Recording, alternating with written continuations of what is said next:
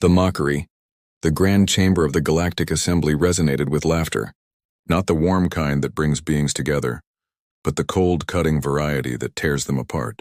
At the center of their amusement stood a single holographic projection, showing Earth's defensive fleet, and the sight was enough to send the assembled representatives into fits of mocking hilarity. Ambassador Threx of the Kraxan Empire rose from his crystalline throne, his forearms spread wide in theatrical disbelief. The massive reptilian being's scales shimmered with bioluminescent patterns that conveyed his disdain better than any words could. He pointed one clawed finger at the projection, where human vessels drifted in loose formation around Earth's moon. The ships looked nothing like the sleek warships that dominated the galaxy's military forces.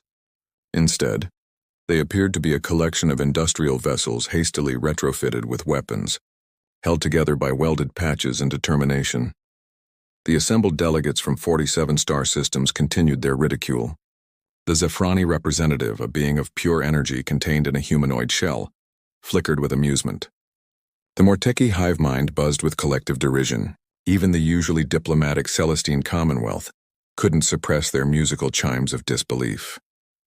To them, humanity's fleet was not a military force but a floating scrapyard, an insult to the very concept of interstellar warfare. Commander Sarah Chen watched the live feed from her command chair aboard the UES Perseverance, humanity's flagship. The term was generous for what had been a colony transport vessel just 6 months ago. Now mining lasers had been converted into weapons, cargo bays transformed into fighter hangars, and the entire hull reinforced with salvaged armor plating. Around her, the bridge crew worked with quiet intensity, their faces illuminated by the glow of retrofitted displays and exposed wiring that snaked across the ceiling like mechanical vines. Her executive officer, Marcus Rodriguez, stood beside her, his jaw clenched as he listened to the alien laughter. The former asteroid miner had lost his entire family when the Kraxan Empire destroyed the mining station at Vesta, claiming the humans had violated some obscure territorial law. Now he commanded what they generously called a battleship. Though it had started life hauling ore between Mars and the Belt, the human fleet numbered just over 300 vessels, not one of them purpose-built for war. They were converted freighters with railguns welded to their hulls, passenger liners whose luxury suites had been gutted to make room for missile batteries, and mining ships whose industrial equipment had been reimagined as weapons of war. The crown jewel of this ragtag armada was a decommissioned space station that had been fitted with engines and turned into a mobile fortress, though it could barely manage a quarter of light speed. Back in the assembly, Ambassador Threx activated his neural translator, ensuring his words would be understood by all present. He spoke with the confidence of a being whose empire commanded 10,000 warships, each one a masterpiece of military engineering. His voice carried across the chamber like rolling thunder, meant to inspire fear and submission. The Kraxan Empire had given humanity one solar rotation to surrender unconditionally. Earth would become a client world, its population enslaved to work the deuterium mines that would fuel the Empire's expansion. It was the same ultimatum they had given to 16 other species, and all had eventually capitulated when faced with the might of the Kraxan war machine. The alternative was complete annihilation, and the Empire had demonstrated their willingness to follow through on such threats. But humanity had done something unexpected. Instead of surrendering or begging for mercy, they had cobbled together this fleet of converted civilian vessels and declared their intention to fight.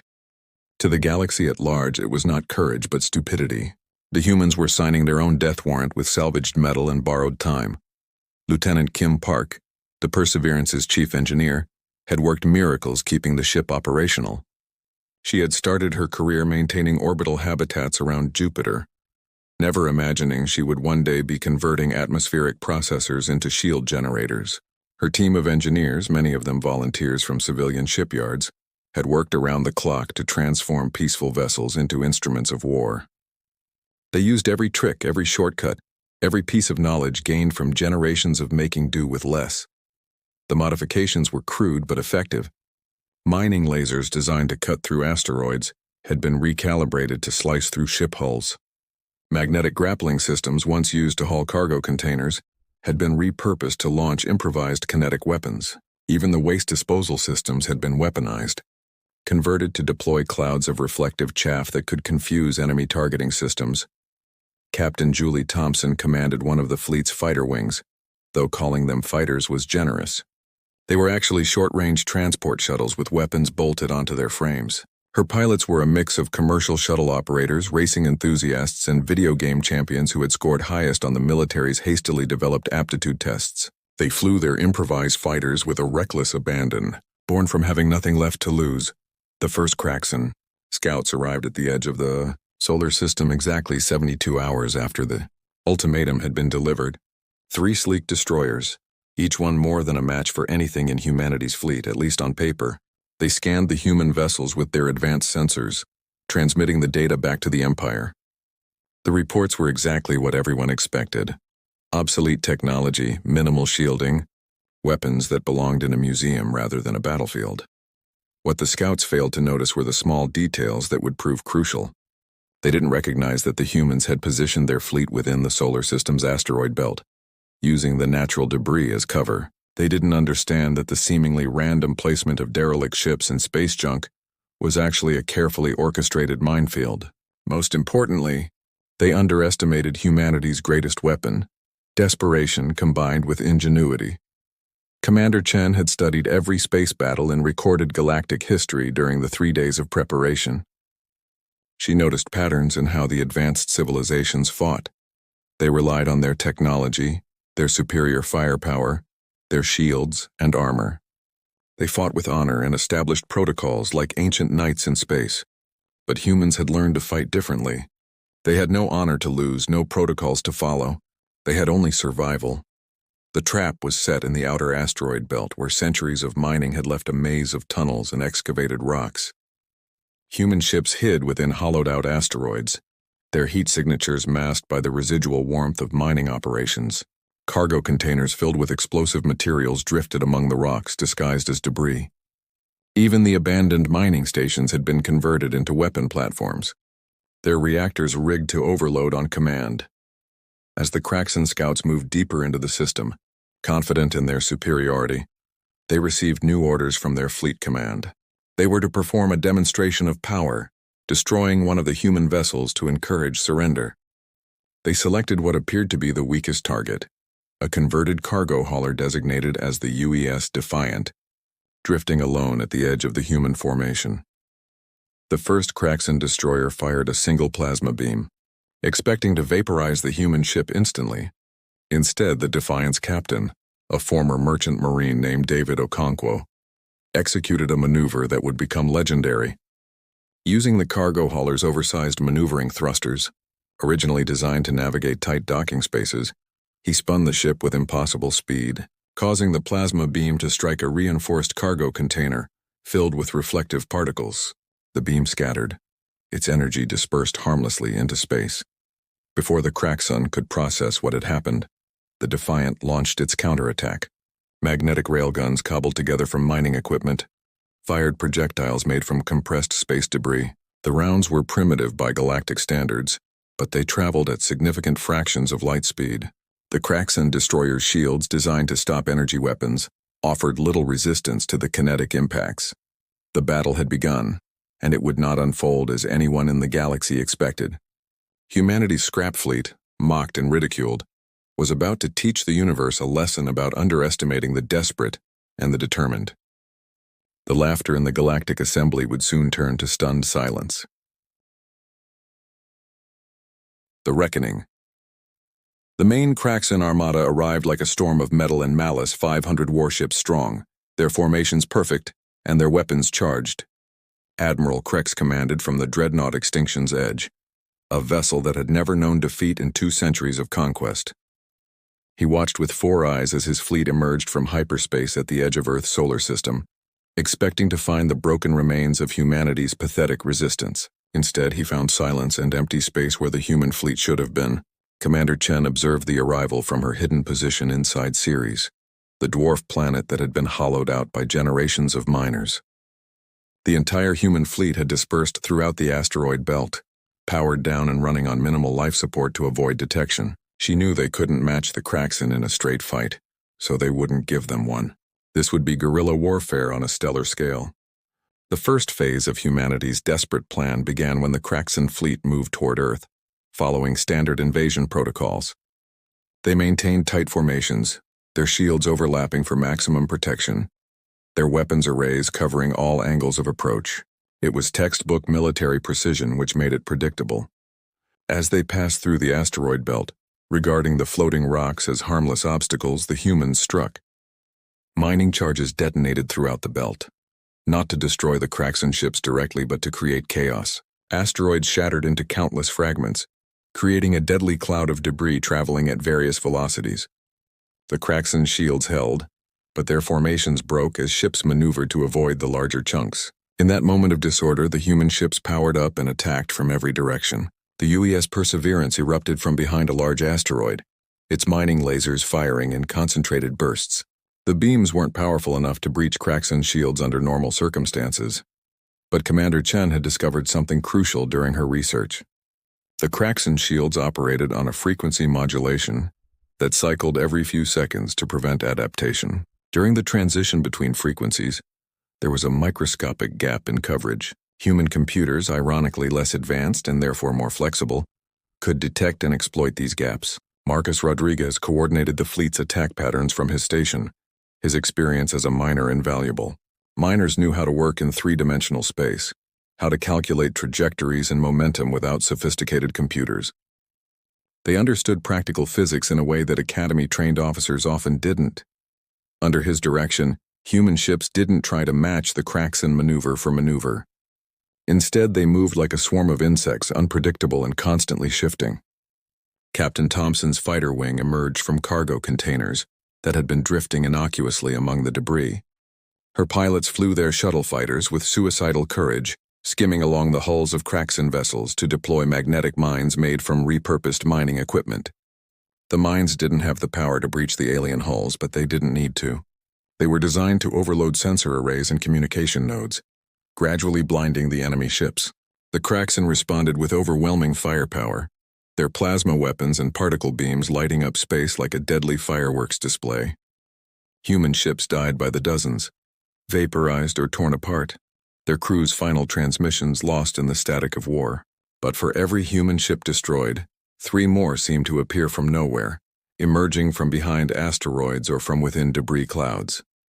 The humans were using their own destroyed vessels as weapons, programming them to ram Kraxan ships in their final moments. Lieutenant Park had prepared one of humanity's most desperate weapons, the colony ship engines. 3 massive generation ships built to carry humanity to the stars had been under construction when the Kraxan delivered their ultimatum. These ships would never be completed, but their engines were functional. Park's team had converted them into massive bombs, their fusion reactors overloaded and their containment fields programmed to fail at specific moments. The first engine bomb detonated in the middle of a Kraxan destroyer squadron. The explosion wasn't just powerful, it was dirty, spreading radioactive debris and electromagnetic pulses that disrupted shields and sensors for millions of kilometers. The Kraxan had never faced such crude yet effective weapons. Their military doctrine had no response for an enemy that turned their own civilian infrastructure into weapons of mass destruction. Admiral Krex watched in disbelief as his organized fleet descended into chaos. The humans weren't fighting a battle. They were creating a disaster and dragging the Kraxan into it. His tactical computers couldn't predict human movements because there was no pattern to predict. It was controlled chaos, managed insanity, and it was working. His losses were mounting not from superior firepower, but from 1,000 small attacks that accumulated like piranha bites. The turning point came when Captain Okonkwo executed the strategy that Commander Chen had labeled Operation David. Using a network of repurposed communication satellites, the humans had been analyzing Kraxan shield harmonics throughout the battle. They discovered that if multiple mining lasers struck the same point simultaneously, at slightly different frequencies, they could create a resonance cascade that would cause the shields to collapse temporarily. The execution required perfect timing across the entire human fleet. Ships that were separated by millions of kilometers had to fire in precise synchronization, compensating for light speed delay and relativistic effects. It should have been impossible with their outdated equipment. But humanity had one advantage the Kraxan hadn't considered. They were used to working with inadequate tools. Their entire space program had been built on making do with less, on creative solutions to impossible problems. When the moment came, 217 human ships fired simultaneously at 17 critical Kraxan vessels, including the Extinction's Edge. The mining lasers, individually weak, created a harmony of destruction that shattered shields like glass. In the seconds before the shields regenerated, human ships launched everything they had. Nuclear missiles built from decommissioned warheads, kinetic projectiles made from compressed space junk, even cargo containers filled with industrial acid. The Extinction's Edge took the worst of it. A converted passenger liner, the UES Hope's Horizon, performed a suicide run that would be remembered for generations. Captain Lisa Washington, knowing her ship was already dying from multiple hull breaches, aimed for the Dreadnought's command section. Her final transmission was picked up across the solar system, from Earth with love. The liner struck the Dreadnought at 40% of light speed, its mass augmented by cargo holds full of asteroid ore. The impact didn't destroy the Extinction's Edge, but it crippled it. More importantly, it showed the galaxy that the mighty Kraxan could bleed. The psychological impact rippled through both fleets. The Kraxan, who had never experienced desperate resistance on this scale, began to hesitate. The humans, seeing their enemy vulnerable, pressed their attacks with renewed fury. As the battle raged, something unexpected happened in the Galactic Assembly. The live feeds from the battle were being broadcast across the galaxy, and the laughter had long since died. The assembled representatives watched in stunned silence as humanity's scrap fleet tore into the Kraxan armada. Where they had expected to see a quick execution, they witnessed instead a brutal knife fight where both combatants were bleeding, but only one was smiling through the pain. The Zephrani representative was the first to speak, its energy form pulsing with what might have been respect. The Morteki hive mind buzzed with recalculation, reassessing humanity's threat level. Even Ambassador Threx, watching his empire's forces struggle against converted cargo haulers and mining ships, felt something he hadn't experienced in centuries: doubt. The battle's climax came when Commander Chen revealed humanity's final gambit. Throughout the conflict, human ships had been deploying small devices that attached to Kraxan hulls, disguised as debris impacts. These devices were actually transmitters, each one broadcasting a simple signal that by itself was harmless. But when activated simultaneously, they created a massive electromagnetic pulse that propagated through the Kraxan fleet's networked systems. The pulse itself wasn't strong enough to damage the hardened military electronics, but it carried something far more dangerous: a computer virus written by Earth's hackers, criminals who had been given pardons in exchange for their expertise. The virus was crude by galactic standards, which made it effective. The Kraxan systems, designed to defend against sophisticated cyber warfare, had no defense against what was essentially digital vandalism. The virus didn't try to take control or steal data. It simply corrupted random data packets, creating cascading errors that forced ships to constantly reset their systems. For crucial minutes, the Kraxan fleet was paralyzed, their weapons offline, their shields flickering, their engines stuttering. In those minutes, humanity struck with everything they had left. Ships that were down to their last missile spent it. Pilots who had run out of ammunition rammed enemy vessels. Engineers overloaded reactors to create miniature stars that consumed both human and Kraxan ships in nuclear fire. When the virus finally burned itself out, and the Kraxan systems came back online, Admiral Krex surveyed the devastation. His fleet had lost 40% of its strength.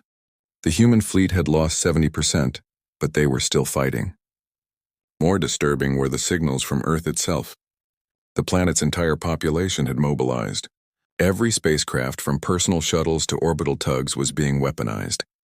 The humans were prepared to fight to the last soul.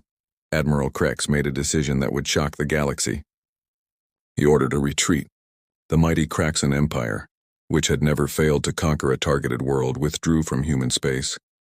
The cost of victory would be too high, the resources required too great. The humans had proven they would make the conquest a Pyrrhic victory at best. As the Kraxan fleet jumped to hyperspace, leaving behind the wreckage of the greatest upset in galactic military history, Commander Chen finally allowed herself a moment of exhaustion. Earth had survived, though the cost was almost unbearable. The solar system was littered with debris, both human and Kraxan. Thousands had died. and their industrial infrastructure was in ruins, but they were free. The galaxy had learned that humanity might build their fleets from scrap and seal their hulls with prayers, but they would fight with a fury that no amount of advanced technology could suppress.